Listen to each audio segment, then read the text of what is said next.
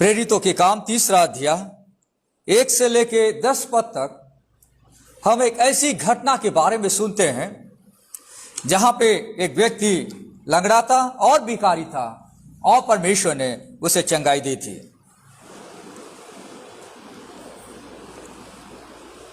जब आप इस घटना को पढ़ते हैं, पेंतिकुस्त के दिन के बाद का यह पहला मिराकल था, पहला चमत्कार था जो परमेश्वर के चेलों ने किया था। परमेश्वर की सामर्थ के द्वारा प्रभु के चेलों ने इस बड़े चमत्कार को लोगों के सामने दिखाया था। और ये जो घटना है, यहां पे जो आश्चर्य कम घटी है, यहां पे प्रभु के 2 चेले पतरस और यूहन्ना प्रार्थना करने के लिए मंदिर में जा रहे थे।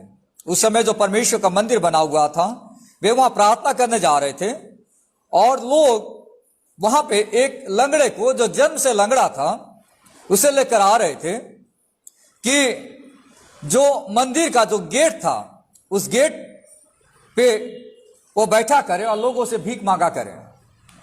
आप जानते हैं कि जो धार्मिक जगह होते हैं, वहां पे बहुत सारे भीख मांगने वाले लोग गेट के पास बैठे रहते हैं कि कोई व्यक्ति धर्म के काम के लिए मंदिर में जाता है या वापस आता है तो उस भिखारी को कुछ पैसे दे दे, कुछ दान दे दे और उससे उसका कलेक्शन हो जाता, अपने घर चला जाता है। तो यहां पे परमेश्वर के 2 चेले मंदिर जा रहे थे और यहां पे एक व्यक्ति जो लंगड़ा था, चल फिर नहीं सकता था, उसे लोग उठा कर ला रहे थे कि उसे वहां पे बिठा दें और वो लोगों से भीख मांगे। इस दौरान परमेश्वर के 2 चेले पतरस और यूहन्ना वे मंदिर में जाते हैं तो ये भीख मांगने वाला व्यक्ति उनको पुकारता है कि आप मुझे कुछ दे दो। तब परमेश्वर का चेला पतरस और यूहन्ना उसकी ओर देखने लगते हैं और पतरस कहता है कि चांदी और सोना तो मेरे पास कुछ भी नहीं है, मेरे पास जो है वो मैं तुझे देना चाहता हूं, यीशु मसीह नासरी के नाम से तू चल फिर। और उसका दाहिना हाथ पकड़ लेता है उस भिखारी का और उसे उठा लेता है और वह चलने फिरने लगता है। उसके पांव में बल आ जाता है, टखनों में बल आ जाता है और वह उछल कर खड़ा हो जाता है और परमेश्वर की स्तुति करते हुए मंदिर में चला जाता है। तो सारे लोग जो देख रहे थे वे चकित हो जाते हैं कि ये जो व्यक्ति है, ये तो फाटक के पास भीख मांगा करता था, आज वो उछल उछल कर चल रहा है और परमेश्वर की स्तुति कर रहा है। और बहुत सारे लोग जो वहां पे थे वे इस घटना से बहुत ही अचंभित और चकित थे। जब आप इस पाठ को पढ़ रहे हैं, यहां पे आप देखेंगे एक ऐसा इंसिडेंस, एक ऐसी घटना जो अचानक एक व्यक्ति के जीवन में घटी, अनएक्सपेक्टेडली। यानी उस व्यक्ति ने कभी सोचा नहीं था, एक भिखारी ने, कि कभी उसके जीवन में ऐसा पल आ सकता है। और ये तुरंत घटती है, इंस्टेंटली तुरंत घटती है और कंप्लीटली पूरी रीति से वो चंगाई को प्राप्त करता है। और यहां पे जो व्यक्ति है, इस व्यक्ति के बारे में हम बाइबल में पढ़ते हैं कि वो जन्म से लंगड़ा इंसान है। ये कोई एक्सीडेंट के कारण लंगड़ा नहीं हुआ था, पर जन्म से ही लंगड़ा इंसान था। अगर आप मत्ती रचित सुसमाचार पढ़ते हैं, उसका 21वां अध्याय 14 पद से लेकर 16वां पद तक आप देखेंगे कि जिसे हम पाम संडे कहते हैं, खजूर का रविवार कहते हैं, यीशु मसीह आखिरी सप्ताह यरूशलेम में एंट्री मार रहे हैं और वहां पे यीशु को क्रूस काट पे चढ़ा दिया जाएगा। और उस दौरान यीशु मसीह मंदिर में जाकर कई सारे लोगों को चंगाई देते हैं। अगर आप यहां पे देखिए मत्ती उसका 21वां अध्याय 14वां पद, तब अंधे और लंगड़े मंदिर में उसके पास आए और उसने उन्हें चंगा किया। ये आखिरी सप्ताह था जहां पे यीशु मसीह अपनी सेवकाई मंदिर में दे रहे थे और ये लंगड़ा मंदिर के सामने गेट में रहता था, पर इसे चंगाई नहीं मिली। पर यीशु मसीह को क्रूस काट पे चढ़ाए जाने के बाद, यीशु मसीह के मरकर जी उठने के बाद 50 दिन के बाद पेंतिकुस्त का पर्व आया और उसके बाद ये लंगड़ा अभी भी उस फाटक में भीख मांग रहा है। हो सकता है कि ये लंगड़ा था तो वो जा नहीं सकता था, चल नहीं सकता था, तो उस भीड़ भाड़ में यीशु के पास पहुंच नहीं सका और इसके पास कोई आशा नहीं बची थी वो सोचने लगा कि यीशु को लोगों ने क्रूस काट पे चढ़ा दिया। जब यीशु मसीह संसार में था तो उसने बीमारों को चंगा किया, अंधों को उसने आंखें दी, लंगड़ों को उसने चलाया फिराया। वो तो यीशु मसीह अब रहा नहीं। अब मेरे पास कोई आशा नहीं है, अब मैं बच नहीं सकता, मेरे पास कोई आशा नहीं है। मुझे और आपको समझना बहुत जरूरी है कि हमारे पास चारों तरफ लोग आशा रहित जीवन जी रहे हैं। अगर आप अपने फ्रेंड सर्कल में जाकर देखें, अगर आप अपने कॉलोनी में देखें, तो लोगों के पास जीने की कोई आशा नहीं है। आज लोग कई परेशानियों से, तंगियों से, मुश्किलों से गुजर रहे हैं और उन्हें लगता है कि किसी न किसी तरीके से उनकी जिंदगी चल जाए। और जो लोग नहीं संभल पा रहे हैं वे लोग मर जा रहे हैं, जो लोग नहीं संभल पा रहे हैं वे आत्महत्या कर रहे हैं, क्योंकि लोगों ने जीने की आशा छोड़ दी है। हमारे चारों तरफ यह माहौल है और हमारे भारत देश में आए दिन डेली आपको न्यूज़पेपर में देखने को मिल रहा है कि फलाने व्यक्ति जो था वो मर गया या उस व्यक्ति को ने फांसी लगा ली। कई प्रकार के बातें, कई प्रकार की घटनाएं आए दिनों आप दुनिया भर में, हमारे देश में, हमारे जान पहचान के लोगों के बीच में आप देख रहे हैं, क्योंकि हमारे चारों तरफ लोग आशा रहित जीवन जी रहे हैं। आज का जो संदेश है मुझे और आपको परमेश्वर देना चाहता है कि आशा न छोड़े। परमेश्वर आशा कम करेगा और मांगने से ज्यादा वो देगा। देखिए, ध्यान से सुनिए, don't give up hope, God will do miracle and he will give you more than what you ask. अगर आप तीसरा अध्याय 1 पद से लेकर 3 पद तक पढ़ेंगे तो एक बहुत बड़ा ट्रूथ हमारे सामने आ रहा है। वो ये है कि हमारे चारों तरफ लोग आशा रहित जीवन जी रहे हैं। ये जो व्यक्ति था जन्म से लंगड़ा था, उसको जीने का सिर्फ एक ही जरिया था, वो था लोगों के पास जाकर भीख मांगना। और वो अपने घर से बाहर जा भी नहीं सकता था, क्योंकि आज जैसे व्हील चेयर है, जिसके पैर नहीं है वो इंसान व्हील चेयर में जा सकता है, मार्केट जा सकता है, सामान खरीद सकता है। पर उस समय में व्हील चेयर नहीं था, इसलिए किसी न किसी व्यक्ति को उठा के उसे उस जगह पे रख देना है जहां पे वो बैठ सके और आने जाने वाले लोगों की ओर अपने हाथ को फैलाए और उसे भीख मिल सके। ये स्थिति थी यहां पे इस लंगड़े व्यक्ति की, क्योंकि उसे जीना है। इसलिए अगर आप यहां पे देखेंगे कि पतरस और यूहन्ना प्रार्थना करने के लिए मंदिर जा रहे थे, तीसरे पहर यानी करीबन 3 बजे के आसपास वे प्रार्थना करने के लिए मंदिर जा रहे थे और लोग एक जन्म के लंगड़े को ला रहे थे, जिसको वे प्रतिदिन मंदिर के उस द्वार पर जो सुंदर कहलाता है बैठा देते थे कि वो मंदिर में जाने वालों से भीख मांगे। ये जो फाटक था, इस फाटक का नाम तो बहुत बढ़िया था, उसका नाम था सुंदर, पर उस फाटक जो गेट था उसके सामने एक भिखारी बैठा करता था, क्योंकि उसके जीवन में कोई आशा नहीं बची थी और वो चंगाई को पा नहीं सका। और यहां पे बाइबल में लिखा है कि जब ये दोनों जा रहे थे उसी दौरान लोग उस भिखारी को लेकर आ रहे थे, उठा के ला रहे थे। और ये उसका वर्क प्लेस था। वर्क प्लेस मतलब आप समझते हैं, जैसे दुकानदार है तो अपनी दुकान में जाता है, 9 बजे अपनी दुकान को खोलता है, कस्टमर्स आते हैं, बिजनेस करता है। ये जो भिखारी है उसका जो वर्क स्टेशन है यानी जो स्पॉट है जहां पे उसकी जीविका चलती है वो है मंदिर का गेट। लोग उसे उठा कर ले जा रहे थे, पर उसके वहां पहुंचने से पहले उसने देखा, जब उठा के ला रहे थे, कि 2 लोग मंदिर में एंट्री मार रहे हैं और वो अभी तक उस जगह पे बैठा नहीं है। उसकी आंखें अचानक देखी, अरे 2 लोग तो मंदिर में घुस रहे हैं, अगर मैं इनको न रोक लूं तो मुझे कुछ नहीं मिलेगा। इसलिए वो वहीं से उन्हें चिल्लाने लगा। भीख मांगने वाला इंसान चिल्लाने लगा कि उसे कुछ भीख वहां पे उसे मिल जाए। अभी भी वो अपने जगह पहुंचा नहीं है जहां पे वो बैठा हो और लोगों से हाथ जोड़ता रहे। उसने देखा 2 लोग ऑलरेडी मंदिर में एंट्री मारने ही वाले हैं। उसके पहले वो उन्हें चिल्लाता है यहां पे और चिल्लाता है। और तब पद 3 में लिखा, जब उसने पतरस और यूहन्ना को मंदिर में जाते देखा तो उनसे भीख मांगी। उसे कहा होगा कि सुनो कुछ भीख मुझे दे दो। वो ये सोच रहा था कि ये जो लोग मंदिर में चले जाएंगे मुझे कुछ नहीं मिलेगा। उसके पास कोई आशा नहीं थी, क्योंकि वो तो अभी तक बैठा ही नहीं है। उसका बिजनेस वहां शुरू ही नहीं हुआ है, ये तो दूर में है और वो जाते देख रहा है। उसके पहले वो उनसे बातें कर रहा है, चिल्ला रहा है। वो सोचा कि ये लोग तो चले गए, इसे कुछ नहीं मिलेगा, उनसे कुछ नहीं मिलेगा। ये जो लंगड़ा व्यक्ति था उसके पास कोई आशा नहीं थी। He had no hope of getting cured. उसके पास कोई आशा नहीं थी। प्रिय मित्रों, जिस संसार में मैं और आप रहते हैं उसमें एक बहुत बड़ा ग्रुप है, बहुत बड़ा समूह है जिसे हम कहते हैं आशा छोड़ा हुआ ग्रुप। मतलब एक ऐसा ग्रुप जिसमें लोग अपनी आशा को छोड़ दिए हैं। उन्हें मालूम है कि अब कुछ हो नहीं सकता। उनको लगता है कि ये जो बीमारी है, इस बीमारी से कभी रिकवरी नहीं हो सकता। उन्होंने आशा छोड़ दिया।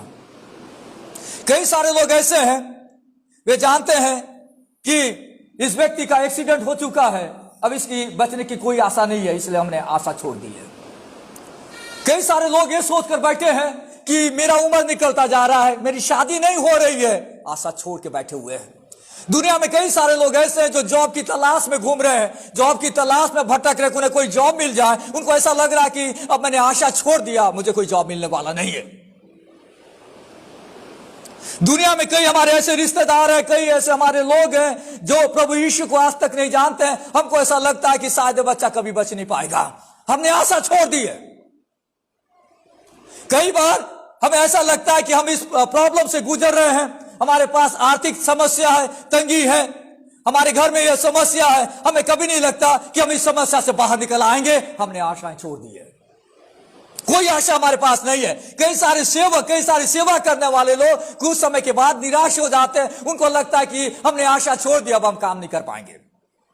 कई सारे लोग हमारे देश में जो रहते हैं, कई प्रकार के सताव मसीह लोगों के ऊपर में आ रहे हैं, लोगों को लगता है कि हमारे देश में सताव नहीं रुक सकता। तो लोगों ने इस प्रकार की एक मेंटालिटी को सेट कर रखा है, हम सब ने इस प्रकार की मेंटालिटी को सेट रखा है इस लंगड़े भिखारी के जैसे कि हमारे पास बचने की कोई आशा नहीं है, हमारे पास पाने की कोई आशा नहीं है। पर अगर आप पढ़ेंगे आगे में 4 पद से लेकर उसके 7 पद तक आप देखेंगे, आशा छोड़ा हुआ व्यक्ति के जीवन में परमेश्वर आशा कम कर सकता है। God can do miracle in hopelessness. परमेश्वर उस व्यक्ति के जीवन में, जिस व्यक्ति ने आशा छोड़ दी है, उसके जीवन में परमेश्वर आशा कम कर सकता है। अगर आप यहां पे देखिए, जब वहां पे बैठा हुआ तो प्रचार में पतरस ने यूहन्ना के साथ उसकी ओर ध्यान से देखकर कहा, हमारी ओर देख। आप जानते हैं भिखारी को लोग देखते नहीं है। आप जब भी कोई व्यक्ति गाड़ी में जाते रहता है, ट्रेन में जाते रहता है, कोई व्यक्ति मांगने के लिए, भीख मांगने के लिए ऐसे आता है, तो लोगों को दिख रहा है कि भिखारी आने वाला है, तो कई सारे लोग ऐसा चेहरा कर देते हैं। कई सारे लोग देना भी चाहते हैं तो बिना देखे ऐसा निकाल के उसको ऐसा डाल देते, देखते नहीं है भिखारी को। पतरस ने और यूहन्ना ने कहा, हमारी ओर देख, हमारी ओर देख, लुक एट अस, हमारी ओर देख। वो सोचा कि शायद कुछ मिलेगा और उनकी ओर देखने लगा। यहां पे देखिए, पतरस ने और यूहन्ना ने उसे कहा, हमारी ओर देख। तो उसे कुछ पाने की आशा रखते हुए उनकी ओर ताकने लगा। और पतरस यहां पे क्या कहता है, पद 6 देखिए, बहुत बड़ा परमेश्वर का वचन है। पतरस कहता है, तब पतरस ने कहा, चांदी और सोना तो मेरे पास नहीं है, परंतु जो मेरे पास है वह तुझे देता हूं। यीशु मसीह नासरी के नाम से तू चल फिर। यीशु मसीह नासरी के नाम से तू चल फिर। यीशु मसीह ने जो अधिकार मुझे दिया है, उस अधिकार से मैं कहता हूं कि तू चल फिर, तू चल फिर। और यहां पर लिखता है, उसने उसका दाहिना हाथ पकड़कर उसे उठाया और तुरंत उसके पांव और टखनों में बल आ गया। जब आप इस पाठ को पढ़ते हैं तब आप समझ सकते हैं कि परमेश्वर उसके जीवन में कुछ आशय कम करना चाहता था, और पतरस इस बात को जान गया था, परमेश्वर का चेला। यह एक बड़ा इवेंट था इतिहास में, पेंतिकुस्त के दिन के बाद का सबसे पहला चमत्कार, जब कलीसिया स्प्रेड हो रही थी। आपने देखा दिया 2 में 3000 के लगभग लोगों ने प्रभु यीशु को ग्रहण किया, और उसके बाद परमेश्वर की कलीसिया आगे बढ़ रही थी। उस दौरान यहां पे एक बहुत बड़ी घटना घट गई, और इस घटना में ये जो व्यक्ति था यहाँ पे लंगड़ा व्यक्ति उस गेट के पास बैठा हुआ है और पतरस उसकी ओर देख रहा है। और पतरस अपने मन में इस बात को जान गया था कि आज परमेश्वर इस मंदिर में कुछ करने जा रहा है। आज परमेश्वर इस भिखारी के जीवन में कुछ बड़ी आशीष को देने जा रहा है। आज लंगड़ा जो बचपन से पैदा होकर कभी नहीं चला, आज उसके पैरों में बल आने वाला है। आज उसके पैर में, आज उसके घुटने में बल आने वाला है और वो चलने वाला है। आज वो चलने वाला है। उसके पास इतना विश्वास था, उसके पास इतना विश्वास था। जब भी मैं और आप किसी व्यक्ति से बातचीत करते हैं, हम जानते हैं कई सारे लोग जो इस प्रकार के जिंदगी में गुजर रहे हैं, उनके पास कोई आशा नहीं है। हो सकता है कि मैं और आप पतरस के जैसा कहें, मेरे पास उतना धन तो नहीं है कि मैं तेरी मदद कर सकूं, पर जो परमेश्वर तुझे आशा दे सकता है, मैं उस आशा देने वाले यीशु के नाम से मैं तेरे लिए प्रार्थना कर सकता हूं। वो यीशु मसीह के नाम से मैं चंगाई की प्रार्थना कर सकता हूं। उस यीशु के नाम से हम मिलकर प्रार्थना कर सकते हैं। उस यीशु के नाम से तुम आजाद हो सकते हो।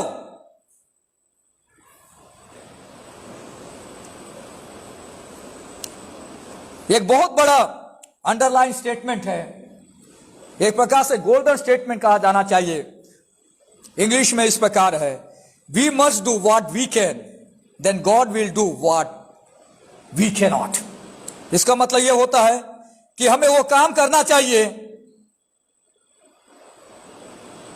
जो हम कर सकते हैं, तब परमेश्वर उस काम को करेगा जो हम नहीं कर सकते। यहां पे देखिए, परमेश्वर का चेला ने अपनी जिम्मेदारी को यहां पे निभाया और उसे बताता है कि मेरे पास यीशु है, वो यीशु मसीह के नाम से तू आजाद हो जाएगा। यीशु के नाम से तू आजाद हो जाएगा। और आप देखिए यहां पे बताता है, यीशु मसीह नासरी के नाम से तू चल फिर। यीशु नासरी के नाम से तू चल फिर। यीशु नासरी, यीशु जो नासरत का रहने वाला है। आप जानते हैं कि नासरत वो जगह थी जहां से कोई भी बड़ा व्यक्ति कभी बाहर नहीं निकला था, और लोग नासरी बोलने से सोचते थे कि यहां से कभी कोई व्यक्ति बड़ा नहीं निकल पाएगा और उसे तुच्छ नगर गिना जाता था। पर वहां से यीशु मसीह ने पूरी दुनिया को जीत लिया।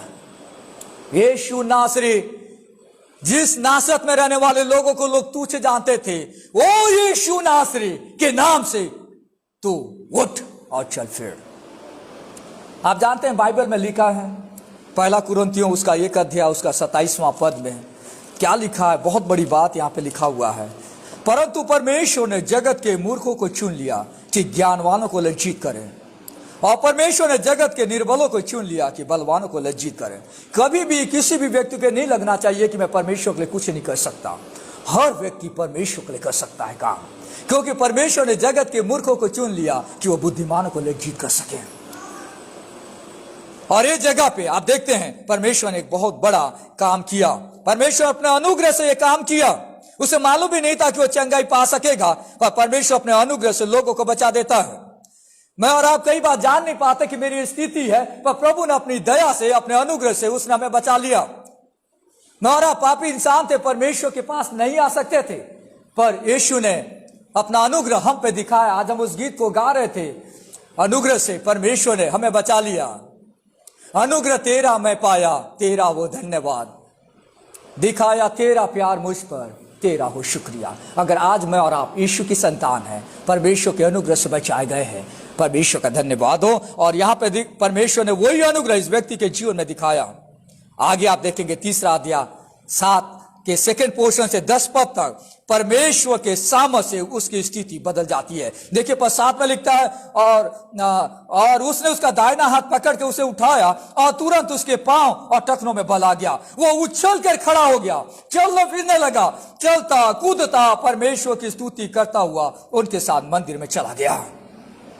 यहां पे देखिए, कोई व्यक्ति जिंदगी में कभी उठा नहीं था, उठ ही नहीं सकता, क्योंकि उसके वो तो लंगड़ा इंसान है, और अचानक उसके पैर में और उसके घुटनों में बल आ जाता है, और वो धीरे से नहीं, वो बाइबल में लिखा है वो उछल गया, उछल कर कूदने लगा।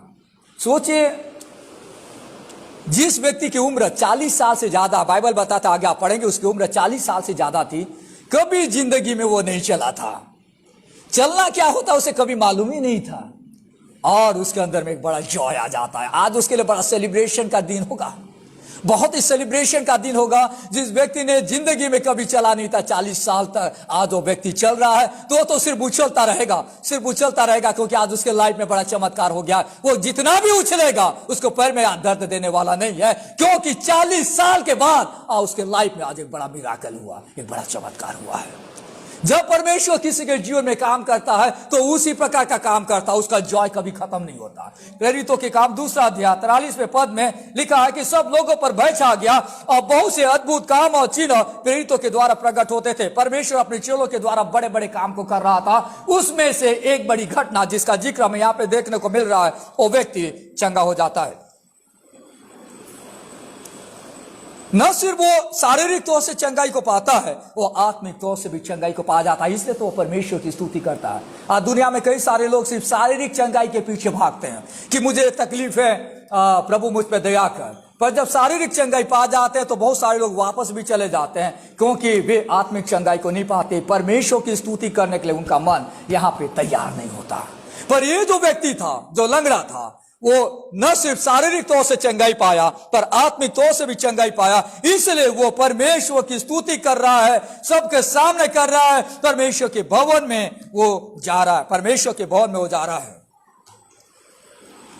परमेश्वर के सामने से स्थिति बदल जाती है। जो बिना आशा के लोग हैं वे आशा का जीवन जीने लगते हैं। देखिए, जब वो इस प्रकार करने लगा तो आगे क्या हुआ, पद 9 में लिखता है, सब लोगों ने उसे चलते फिरते और परमेश्वर की स्तुति करते देखकर उसको पहचान लिया कि ये वही है जो मंदिर के सुंदर फाटक पर बैठकर भीख मांगा करता था। और उस घटना से जो उसके साथ हुई थी, वे बहुत अचंभित और चकित हुए। लोग देखने लगे, क्योंकि लोग देखा करते थे, कई सालों से वो भीख मांगा करता था।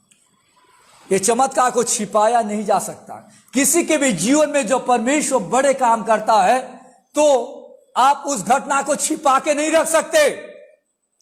किसी के भी जीवन में परमेश्वर बड़े बदलाव को लाता है तो वो घटना छिप नहीं सकती, क्योंकि आपके रिश्तेदार तो जरूर देखेंगे, आपके लाइफ में बदलाव को अनुभव करेंगे, क्योंकि प्रभु ने आपके जीवन को बदल दिया है। आप छिपा के नहीं रख सकते उसको।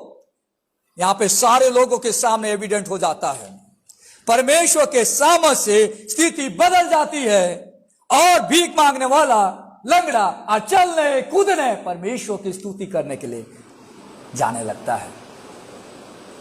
बच्चे जो संडे स्कूल के बच्चे हैं, इन दिनों उन्होंने एक गीत सीखा है,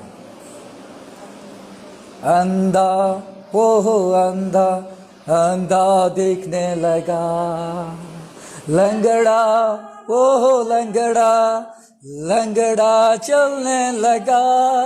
आप जानते हैं परमेश्वर जो काम करता है, परमेश्वर के पास जो सामर्थ है, हमारे पास विश्वास की कमी अलग चीज है, पर जब मैं और आप विश्वास से परमेश्वर के पास आते हैं, वही परमेश्वर आज कलीसिया के द्वारा काम कर रहा है। उसे चाहिए उस प्रकार की कलीसिया, उस प्रकार का विश्वासी जिनके जरिए परमेश्वर काम करें। इसलिए आप यहां पे देखते हैं कि एक बहुत बड़ा काम हुआ। एक और बात मैं आपको बताना चाहता हूं, वो ये है कि प्रभु अपने लोगों को उनके मांगने से ज्यादा देता है। When God saves any soul, He always gives more than what He expects. प्रभु अपने लोगों को उनके मांगने से ज्यादा देता है। यहां पे जो भिखारी था, उस भिखारी को सिर्फ डेली लाइफ जीने के लिए पैसे की जरूरत थी। उसने सिर्फ उतना मांगा कि जिससे उस दिन का खर्चा चल सके और दूसरे दिन वो फिर से भीख मांगने के लिए उस गेट के पास आ सके। परमेश्वर ने उसके कंडीशन को कंप्लीटली चेंज कर दिया और परमेश्वर ने उसके लाइफ में ऐसा बड़ा बदलाव लाया कि अब कल के दिन उसे उस गेट पे आने की जरूरत नहीं है, क्योंकि परमेश्वर ने वो जितना मांगा था उसे कहीं ज्यादा परमेश्वर ने उसे दे दिया। This is what God's miracle is.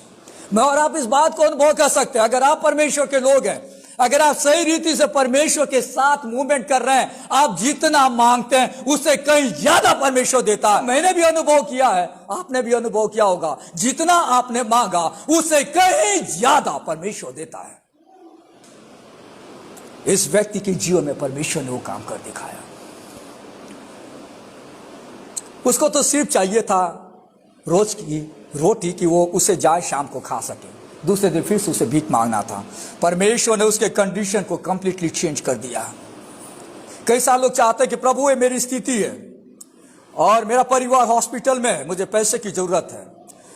अच्छी बात, हम परमेश्वर से प्रार्थना करते हैं, पर कभी कभी परमेश्वर हमारी प्रार्थनाओं को सुनकर ऐसा मिराकल कर देता है कि हमें पैसे मांगने की जरूरत नहीं है, क्योंकि बीमारी चंगा हो गया। समझ रहे हैं पॉइंट को यहां पे? This is what happening with this person. कई बार हम सोचते हैं कि प्रभु हमारी ये स्थिति है, तू कुछ मेरे लाइफ में कर। परमेश्वर उस कंडीशन को कंप्लीटली चेंज कर सकता है, कंप्लीटली कंडीशन को चेंज कर सकता है। रोमियो की पत्र उसका 8वां अध्याय 17वां पद में इस प्रकार लिखा है, और यदि संतान है तो वारिस भी है, वरन परमेश्वर के वारिस और मसीह के संगी वारिस है, कि जब हम उसके साथ दुख उठाए तो उसके साथ महिमा भी पाए। हम यीशु मसीह के संगी वारिस है, यानी क्या है? हमारे पास बहुत धन और दौलत है। यीशु मसीह पूरी दुनिया का मालिक है और हम उसके संगी वारिस हैं, बाइबल में लिखा है। हमें समझना है बस, कोई इंसान गरीब नहीं है, उसे जानना है कि उसका परमेश्वर पूरी दुनिया का मालिक है और यो यीशु मसीह का संगी वारिस है। कोई कहा गया, वारिस मतलब समझते हैं, जैसे बाप है, बाप के पास बहुत धन दौलत है तो उसका बेटा उसका वारिस बनता है।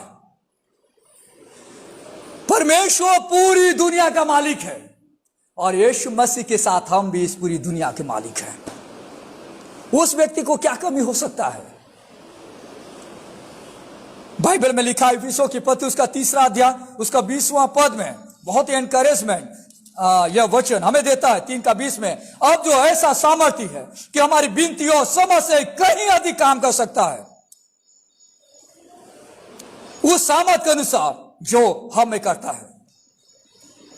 हमारा परमेश्वर सामर्थ्य परमेश्वर है, हमारी विनती और हमारी समझ से कहीं अधिक। मैं आपसे कहा, प्रभु अपने लोगों को उनके मांगने से कहीं ज्यादा देता है, कहीं अधिक परमेश्वर कर सकता है उसके सामर्थ्य के अनुसार जो हमें कार्यरत है। यानी आज भी परमेश्वर वो काम को कर रहा है। पर उन लोगों के लिए एक चेतावनी है जो अभी भी आत्मिक तौर से लंगड़े हैं। आज पूरी दुनिया में कई ऐसे लोग हैं जो आत्मिक तौर से लंगड़े हैं, उनके पास कोई आशा नहीं है। यीशु मसीह ने मेरा और आपके लिए अपने आप को बलिदान कर दिया है। जो इस यीशु पर विश्वास करता है वो यीशु की संतान बन जाता है और उसके पास परमेश्वर वो आशीष देता है, वो आशा देता है जिसे दुनिया की कोई भी ताकत उसे छीन नहीं सकती। आज मुझे और आपको प्रभु ने सुंदर वचन दिया है। आज पूरी दुनिया कृपल है, आज पूरी दुनिया हो सकता है लंगड़े लोगों के जैसा बिना आशा का जी रहे, पर जो यीशु का व्यक्ति है वो आशा के साथ जीवन जिएगा, आशा के साथ वो परमेश्वर की आराधना करता रहेगा। आशा न छोड़े, परमेश्वर आशा कम करेगा, मांगने से ज्यादा देगा। Don't give up hope, God will do miracle and he will give you more than what you ask. आइए परमेश्वर से प्रार्थना करें। प्यारे प्रभु, हम धन्यवाद देते हैं। प्रभु, हम एक प्रकार से इस लंगड़े व्यक्ति के जैसा बिना आशा का जी रहे थे, आपने हमें आशा दिया और अपना संगी वारिस बनाया। प्रभु, हम उन लोगों के लिए प्रार्थना करना चाहते हैं जो बिना आशा की धरती पर जी रहे हैं और हम उनके बीच में सुसमाचार पहुंचाना चाहते हैं, एक नई आशा को देना चाहते हैं। प्रभु, आप सहायता मदद करें। धन्यवाद के साथ प्रार्थना प्रभु यीशु के नाम से मांगते हैं, आमीन।